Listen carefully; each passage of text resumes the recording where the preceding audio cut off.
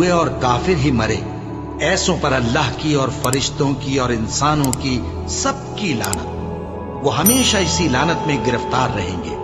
ان سے نہ تو عذاب ہلکا ہی کیا جائے گا اور نہ انہیں کچھ مہلت ملے گی۔ اور لوگوں، تمہارا معبود ایک ہی معبود ہے، اس بڑے مہربان اور رحم والے کے سوا کوئی عبادت کے لائق نہیں۔ بے شک آسمانوں اور زمین کے پیدا کرنے میں اور رات اور دن کے ایک دوسرے کے پیچھے آنے جانے میں اور کشتیوں اور جہازوں میں جو سمندر میں لوگوں کے فائدے کے لیے رواں ہیں، اور میں جس کو اللہ آسمان سے برساتا اور اس سے زمین کو اس کے مردہ ہو جانے کے بعد زندہ یعنی خشک ہو جانے کے بعد سرسبز کر دیتا ہے، اور زمین پر ہر قسم کے جانور پھیلانے میں اور ہواؤں کے چلانے میں اور بادلوں میں جو آسمان اور زمین کے درمیان گھرے رہتے ہیں، عقل مندوں کے لیے اللہ کی قدرت کی نشانیاں ہیں۔ اور بعض لوگ ایسے ہیں جو غیر اللہ کو اللہ کا شریک بناتے اور ان سے اللہ کی سی محبت کرتے ہیں، لیکن جو ایمان والے ہیں وہ تو اللہ ہی کے سب سے زیادہ دوست دار ہیں۔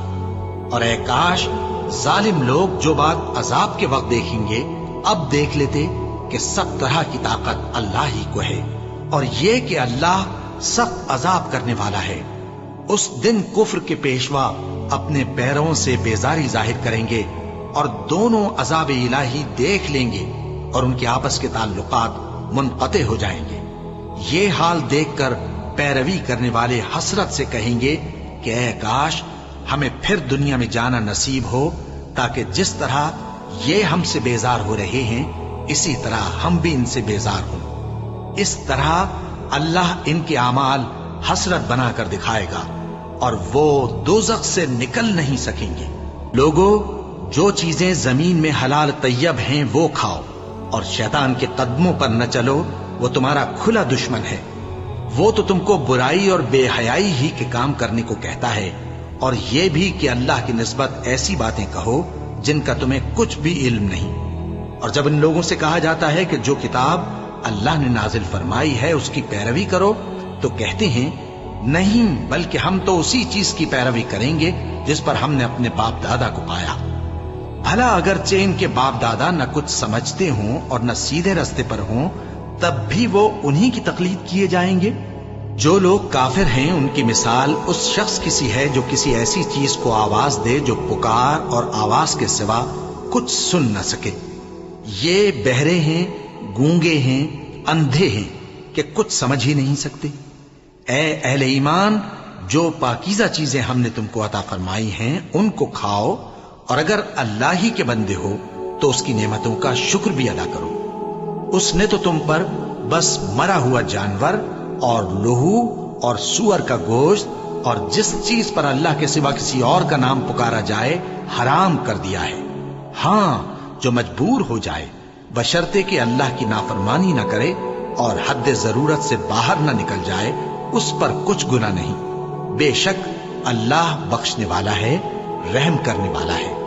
جو لوگ اللہ کی کتاب سے ان آیتوں اور ہدایتوں کو جو اس نے نازل فرمائی ہیں چھپاتے اور ان کے بدلے تھوڑی سی قیمت یعنی دنیاوی منفعت حاصل کرتے ہیں، وہ اپنے پیٹوں میں محض آگ بھرتے ہیں۔ ایسے لوگوں سے اللہ قیامت کے دن نہ کلام کرے گا اور نہ ان کو گناہوں سے پاک کرے گا، اور ان کے لیے دکھ دینے والا عذاب ہے۔ یہ وہ لوگ ہیں جنہوں نے ہدایت چھوڑ کر گمراہی اور بخشش چھوڑ کر عذاب خرید لیا۔ یہ آتش جہنم کی کیسی برداشت کرنے والے ہیں۔ یہ اس لیے کہ اللہ نے کتاب سچائی کے ساتھ نازل فرمائی، اور جن لوگوں نے اس کتاب میں اختلاف کیا وہ ضد میں آ کر نیکی سے دور ہو گئے ہیں۔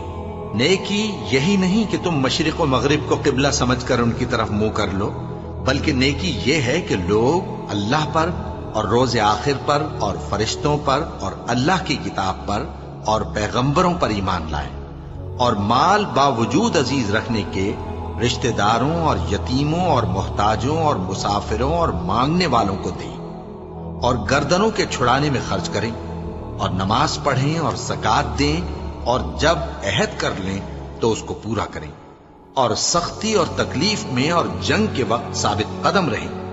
یہی لوگ ہیں جو ایمان میں سچے ہیں، اور یہی ہیں جو اللہ سے ڈرنے والے ہیں۔